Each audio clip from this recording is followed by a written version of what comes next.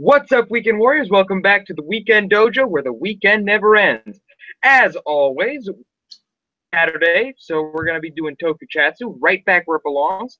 I am your host, El Chizo, joined by our co-host, Proton Reviews and Fan Edits. Yes, and so tonight we're going to be covering the main event, the Kamen Rider Drive movie, Kamen Rider Sangou. But before we do that, we will be jumping into the current episode of the latest episode of the currently running Kamen Rider series. All right, so what's the best way of doing it without spoiling anything? Do we want to go all the way full through, or just a synopsis of it? Brief synopsis, yeah. Okay, so basically, starts off with Build and his new companion. I'm bad at remembering the names of the characters. Ryuga, as in the Japanese word for dragon. Ryuga. Okay, Ryuga and what's Build's name? Dang, I can't remember. He's like as a character, but it's not the main character. For some reason, the writer is not our main character. Right. So Ryuga and the main character, who is a writer, Kamen Rider Build, is they're from the beginning. We have them fighting off another one of the Again, I'm having trouble remembering the monsters' names. The Smash. Yeah. All right. Fighting another Smash. They fight the Smash for a bit. He uses Gorilla Diamond, which is a best match, and then fights that Smash, defeats it, and saves a woman who was consumed by Smash. And then after that, it cuts to them in their lab. And we find out that the lazy shut-in girl, who we thought gave no importance to the show at all, except for being a comic relief. Well, didn't she make full bottles as well? Yeah, I guess so. But she didn't really contribute anything, it seemed. Like, she seemed just like that motivation character, like that one girl who was the daughter of the chief from Double. The girl with the shoe? Yeah, the slipper. Yeah. Well, apparently she's a pop diva also. And pop idol, an internet idol. An internet idol. And what she did was they were looking for someone, so she used her pop idol gimmick as a way of luring people in that she was looking for. The identity, personal information too. So she basically said so she would, if they gave her their personal information, they would get some reward or something. And so they found the guy they were looking for, and turns within a very short amount of time, mind you. Yeah, in a very short amount of time. Any comments? Well, firstly and foremost, we see that Yuga has to get around some of the robotic police. Mm-hmm. And we see him holding the dragon full bottle. Mm-hmm. And he punches them while holding it, and it releases a huge wave of energy that knocks them back. I like that this is an indicator that you do not need an adaptive device to be able to use the bottle in some way. Mm-hmm. Also, one of the key points of this episode is that Ryuga is trying to get somebody to clear his name, because he's a fugitive right now who's been framed for something he didn't do. And apparently the guy is being threatened by the Batman. That's what I'm calling him. I'm calling him the Batman. I'll keep referring to him as Night Rogue to avoid confusion with the audience. I'm calling him the Batman 2.0 because, as a reference to the original Batman that Shocker created in the original Kamen Rider. Oh, Entertainer's Warehouse is asking what you're snacking on, Kenny. Oh, spaghetti. That's always good. Mm-hmm. Well, but this episode, I think, was more, without going into more detail about the episode spoilers, because we want our audience to watch the show. Not much was important to this episode, other than the ending fight, but we won't go into that because that's that fight's pretty spoiler filled. Yep, and of course, you know, it ends on it does have to lead into the next episode. There's no spoiler there. Right. But overall, I think the highlight of this episode was that girl. The pop idol girl. I think the best thing we got out of this episode was the introduction of her role in the show. Yeah, and I think that's going to be important later on because, like, I get the feeling that while we are going to have a main writer, he is not going to be the focus of this story. Physicist doing this purely for the sake of regaining his memories. Right. He really doesn't care about saving people. He's just doing it for research. I mean, he'll save people for sure. I mean, he's not heartless, but his goal is not so much as to save the world as to find answers. Right. His main goal is to find answers, pretty much. And he'll do after that with those answers probably will end up helping the world somehow. Mm-hmm. Also, while we're on the subject, I would like to talk about the topic of best matches. Mm-hmm. Because it seems to me there really is no reason for them to be best matches other than... Right. Rabbit and Tank. Now, think about it. We have Rabbit and Tank, Gorilla and Diamond, and then Vacuum and Hedgehog still have ones that we don't know yet. Mm-hmm. Getting at is that they have to essentially remake the costume every time they have a new form, or at least the helmet. Creating best matches, they don't have to keep recreating the costume because then they'll know that Build will automatically shoot for the best matches. Mm-hmm. But if it's not a best match, won't the henshin not work? It'll work regardless. Okay. Remember, he used Rabbit and Vacuum once. Oh, yeah. Mm-hmm. He can mix and match these. Mm-hmm. It's only when he's able to find a best match that he can use the signature weapons. Like in this episode, the Hawk Gatlinger. The Nerf gun? And that's pretty much what it was. It was a painted Nerf gun. I could have swore I've seen that model design somewhere before through a Nerf model. Or of your typical Super Soaker. Could be. It might have been I'm just saying that mold looks very familiar. Well, keeping in mind that Bandai is a person that creates all the toys and gimmicks and costume designs for the show. Well, not costume designs per se, but they definitely design the gimmick, and the show has to adapt around that. Mm-hmm. So they might have reused a mold from somewhere or adapted it. Yeah. So I'm pretty sure that's either a Super Soaker mold or a Nerf mold. I'm not sure Bandai owns Nerf, though. No, that's Hasbro. Okay.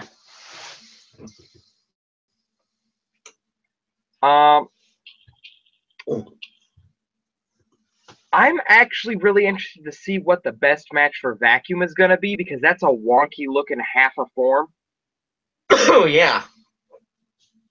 I don't really care for the Vacuum one. It just looks very too wacky for me. I like it, honestly. And part of me knows that I shouldn't. Yeah. That it's a dumb idea. But it tickles some part of me. It's just like, yeah, why not? Well, I guess the really young, mindless kid side of me really loves it. But the person who takes my Kamen Rider seriously is like, But think about it this way. Gaim was fruit, but it had one of the darkest, most mature stories that Kamen Rider has seen to date in the Neo Heisei era. True. That is true. So I think this goofiness is just what we need to contrast what could potentially be a very deep and involved story. Yeah. It's the balance that they need to make to keep teenagers interested. Right. And because of that, we'll have this amazing opportunity. I agree. You got the kids interested with the goofiness, and you got the teens interested with the deep, compelling story. Exactly. Anything else you can cover with Build, like future thoughts? Well, I suppose now would be a good time to do predictions. Okay, what's your prediction?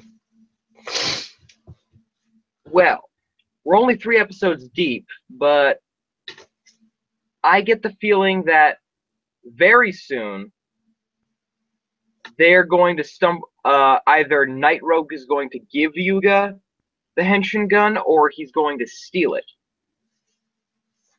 Mm-hmm. Now, there's a third option, but it's kind of lazy, and I hope they don't do it. Is where the scientist that developed the Henshin gun escapes and gives him the prototype. Okay.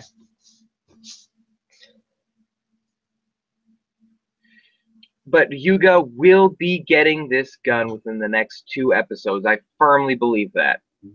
Yeah, that's what I was thinking too. I think that's gonna be his Henshin device, the gun. Yeah, because like he only has the one full bottle. He's not gonna mix and match like Build does. Mm.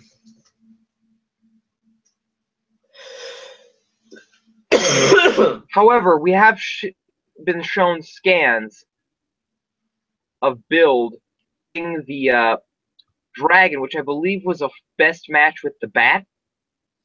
Okay.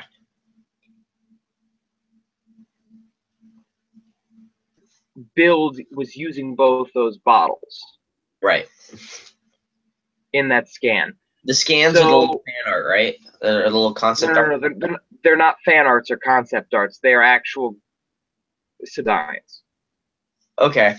It's like the artwork you see in the toy magazine catalogs, toy catalogs? Yes. That's what I'm talking about, yeah. Yeah, they're scans of those toy catalogs and magazines. Mostly they're scans of Tenebee.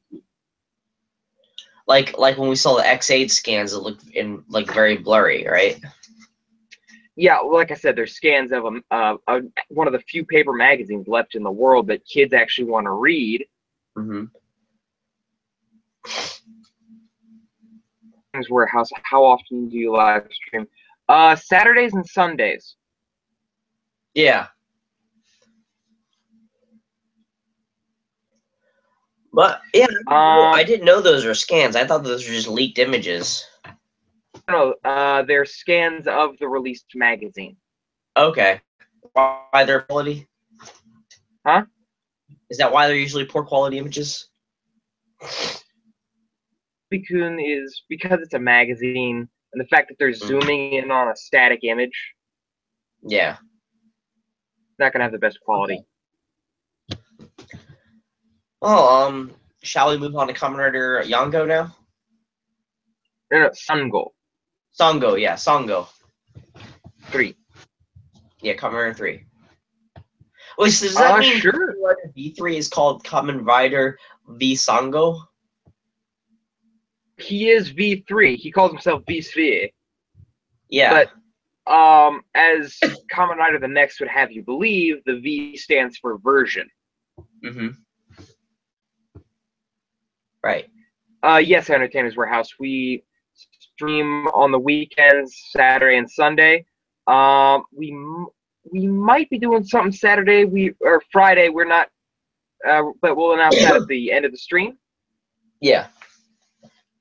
But yeah, that is right, because in the next it did say version on it. But yeah, why is he called Sangou? then? If is it to He deviate is from D3? he is an anomaly in the timeline. Okay, that makes sense. He's not supposed to exist. Right. He is from the timeline where it went Ichigo, Nigo, Sangou. Right. But in the original timeline, Ichigo, the guy who 3 went to Ichigo and Nigo and said, "Make me into a cyborg so that I can save the people I care about." Right. Yeah. Okay, that makes sense. Now let's get into Kamen Rider 3. Well, can I start with the opening? Please do. All right, so this scene opens up with an old TV playing an old episode of Kamen. I think it was the season finale of the original Kamen Rider. And in that must have been. Yeah, in the DVD or in the TV, it shows them foiling the Great Chakra Leader. They pull off his mask, and it's like a one eye with all that, and basically says, "You may have defeated Shocker, but I'm taking you down with me." And so they punch the Great Leader to death, make a run for it while the place is about to explode, and then it ends with them having success. But as a last resort of winning, Shocker created another Kamen Rider, or a Shocker Rider named Sangou to kill Ichigo and Nigo. And then he comes in with his car with turrets on it, shooting them down, and then fighting them and then killing them. And then this changes the established timeline that was of the original Riders where they won. And exactly. Then, you want to finish off from here?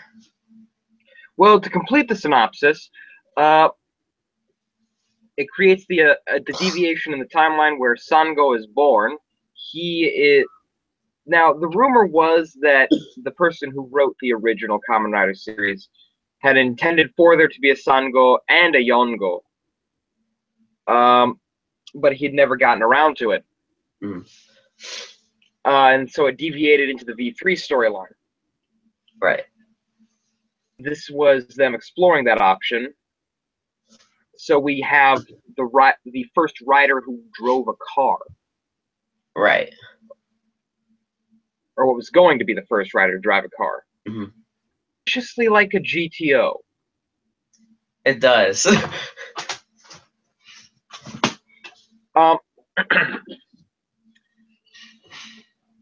Anyway, so the story focuses around this altered timeline where Shocker rules and Drive has to his original memory so he can fix the timeline. Mm-hmm. In this version, he's a rider killer, pretty much. Exactly. Who has been not brainwashed by Shocker, but recruited by Shocker and just pretty much given a belt and all that. And basically... Yeah, because it's an alternate timeline where Shocker are the good guys. Yeah. Or at least publicly they are the good guys. Mm-hmm. And yeah, I noticed a lot of World War II symbolism shown through it. Like it... Oh, yeah, Shocker was definitely meant to be a metaphor for the... Because they had like the flags and they had the Shocker combat death marches pretty much. So Entertainer's Warehouse asks, what's the difference between the old and new Kamen Rider? Well, we'll go over that in a minute real quick.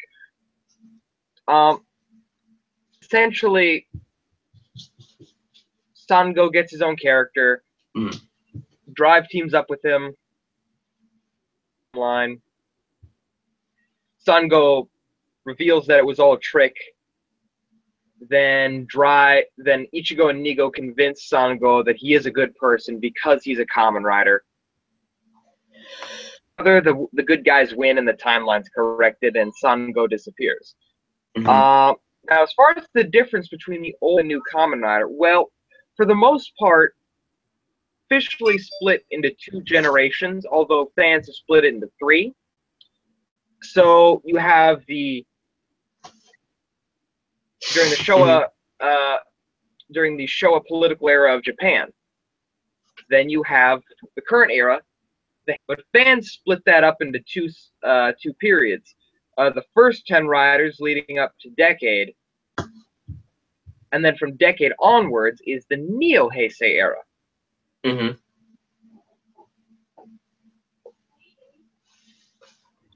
Now, the main difference, Showa riders were typically based off of bugs or animals as a default. Collectible gimmicks, everything was kind of self-contained in their belt. Mm-hmm. And they were much more darker in plot, pretty much.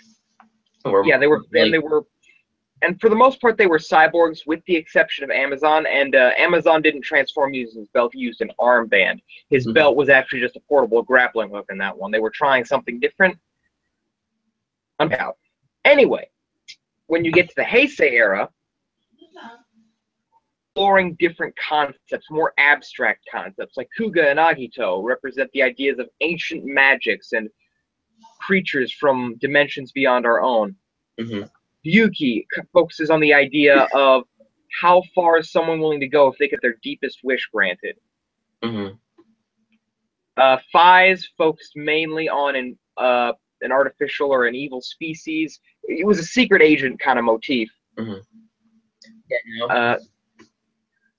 Blade was focusing on like what decides what the dominant life form is. Well, that was really that isn't even really a common rider because they're not called riders in the show. Specifically referred to as Oni. Yeah. And they don't actually use anything clipped to them. It's not a tension belt or something. Todoroki and Zanki use a little wrist device, but for the most part, they're little tuning forks. And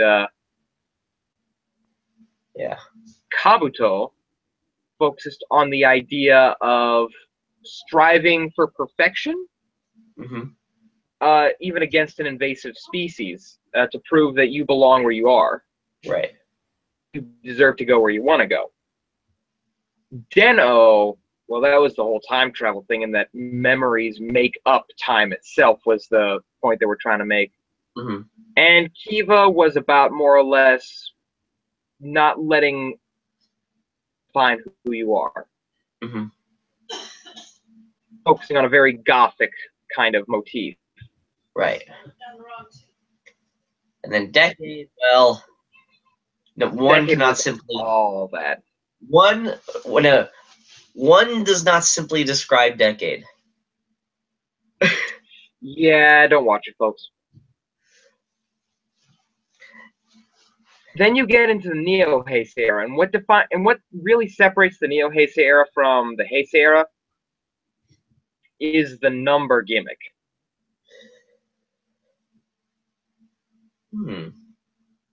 Now, do you know about the number gimmick, Kenny? No, but I can guess. Let's see. Double. Let's have a look at their belts. Yeah. Decade has one big thing in the center of his belt. Mm-hmm. Double has 2 slots. O's has 3 slots for his medals. Forze had 4 ports for his switches. Wizard had a 5-fingered hand. Uh-huh. The lock seeds and Gaim, when opened, looked like a 6. Uh-huh. Open the shift cars in Drive, they look like a 7. Oh, yeah, I've heard this theory before. TokuCHATsu is a 9. Icons, their symbols in the middle kind of look like the number 8. 8, yeah, 8, 9. What about Build? Build is 10. Now, he has that great big side there. Yeah. But is there a 1? And then that rotates this way. Uh-huh. But directly to the, well, from the viewer's perspective to the left, it rotates this way. And if you look at that from the forward, this is only going up and down while this one rotates like this. A 10 shape. Okay, I get it. The number theory. Yep, I get it. Has that been confirmed yet? They've been very open about it. Okay. Now with 10, I think they're gonna stop pushing it with the number gimmick and they're gonna go into something else. Uh-huh.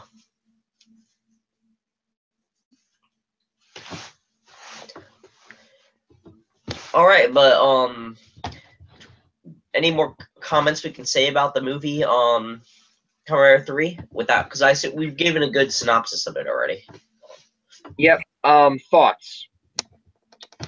There was a giant Kamen Rider robot. And guess who they I called need to upon? have the toy of that. And guess who they called upon to help them fight? Well, actually, they didn't call them. They just randomly showed up. Mm-hmm. Shuriken Sentai Ninja. I did not care for that season.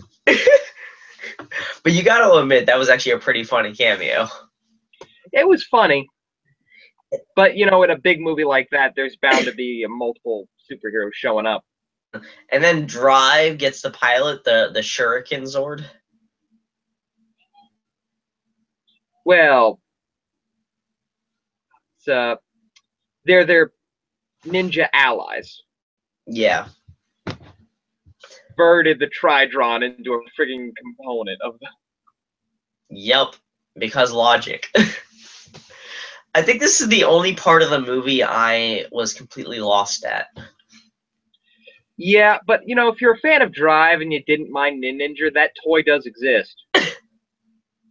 The what? The Kamen Rider robot? The Drive. Mm-hmm. Awesome. I wonder if I can fit that into a Ninja Steel Megazord. They might try to squeeze it in. I don't know. All I know is that with TokuCHATsu, they even included the Denliner. Yeah, I know that.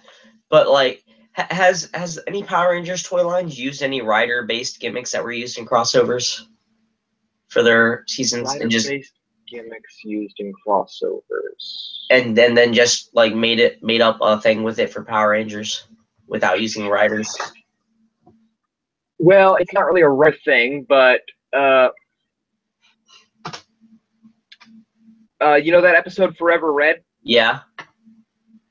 The enemies in that one, where their costumes were actually from Kabuto B Fighter.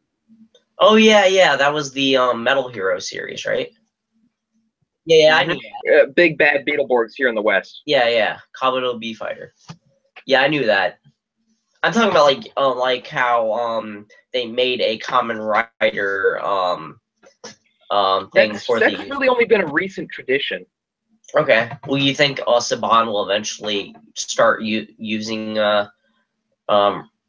rider toys with Power Rangers just as a if they can contribute somehow without using Kamen Rider? Since they're doing Ninja Steel, I think what they would do is introduce this as a special one-time or something. Mm-hmm. The costume for a brief minute and, you know, use the scenery of them fighting the bot. Yeah. And just say, oh, it's, you know, like we're trying something new with a new monster. Yeah. But yeah, it does fit with the setting of Do you watch Ninja Steel? I have not watched Power Rangers in a few years. I apologize. No, that's fine. Well, I do. Well, anyways, it would fit with the setting of Ninja Steel because some of the enemies they have gotten in Ninja Steel were robot based, so I could definitely see them using scenes from Kamen Rider 3, the fight scene wise, and maybe getting the Rider bot suit and then refilming some of it, because a lot of that fight scene was done over a Rider War, so they'd have to cut out footage of Kamen Riders. But that'd be a great Easter egg to do. I agree. I mean, in Power Rangers Dino Charge, they actually made reference to Sentai, calling one of the planets that the planet Sentai 5. That's pretty funny. Mm-hmm. So I think they could. I hope that in Ninja Steel they do use some Drive footage. It might be that Saban is slowly warming up to the idea that there are a lot of Western Sentai fans. Mm-hmm. And that might just be throwing them little bones here and there. Yeah. I mean, they finally got the Burger Morpher, used the Burger Morpher as a toy in the West. I mean, they didn't use it as a morpher. They used it as like the Gold Ranger uses it as a cell phone. But they still brought the Burger Morpher in. So that was a bone given to us. Yep. But I don't really think we're ever gonna get like a full-on Kamen Rider reference. I don't think so. Unless it ends up kind of like the Lost in Translation episode where Japan has Kamen Rider or the Masked Rider like the West has Power Rangers. Yeah. They're gonna try to mix it over like that. I don't know. Oh, you talking about the Lost in Translation episode of Dino Thunder? Uh-huh. That was a great episode. Though, weren't they watching like a bad English dub of Abba Ranger? Mm-hmm. That was like airing in like the Philippines or something, and they had like, and they had like a Roku that could hack into any foreign country's channel. They predicted the Fire Stick. I swear, Power Rangers predicted the Fire Stick. Yep. Were you thinking that too? When the Fire Stick honestly came out?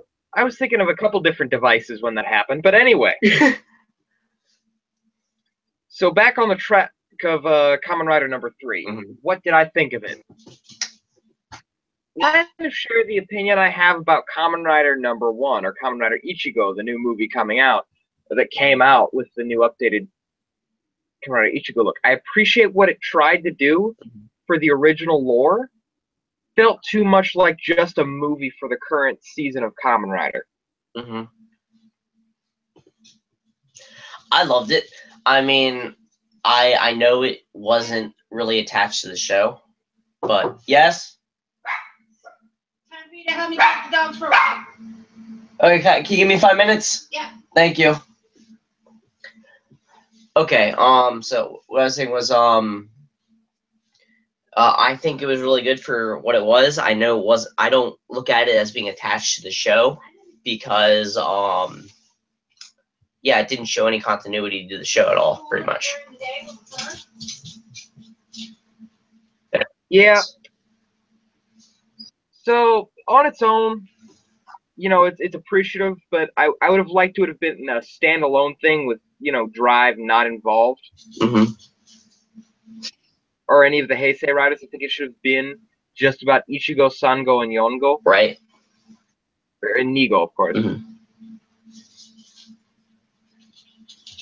I think there was potential there to explore a story that really wasn't touched, but I was taken out of it by the fact that it seemed to be more about cashing in on what was left of Drive. Yeah.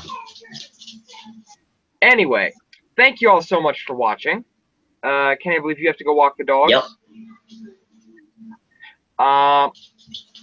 So as always, thank you all so much for watching. Check us out on social media. We're on Facebook and Twitter. That's Weekend_Dojo. That's at Weekend_Dojo on Twitter, and it's Weekend Dojo on Facebook. Remember to go back to the main channel page of the Weekend Dojo, and all of our featured channels are in the sidebar right there. Please go check those out. We'd love to have your company. Subscribe if you enjoyed this stream. We will be back tomorrow on Sunday night to talk about Transformers. And I will not be on for other reasons.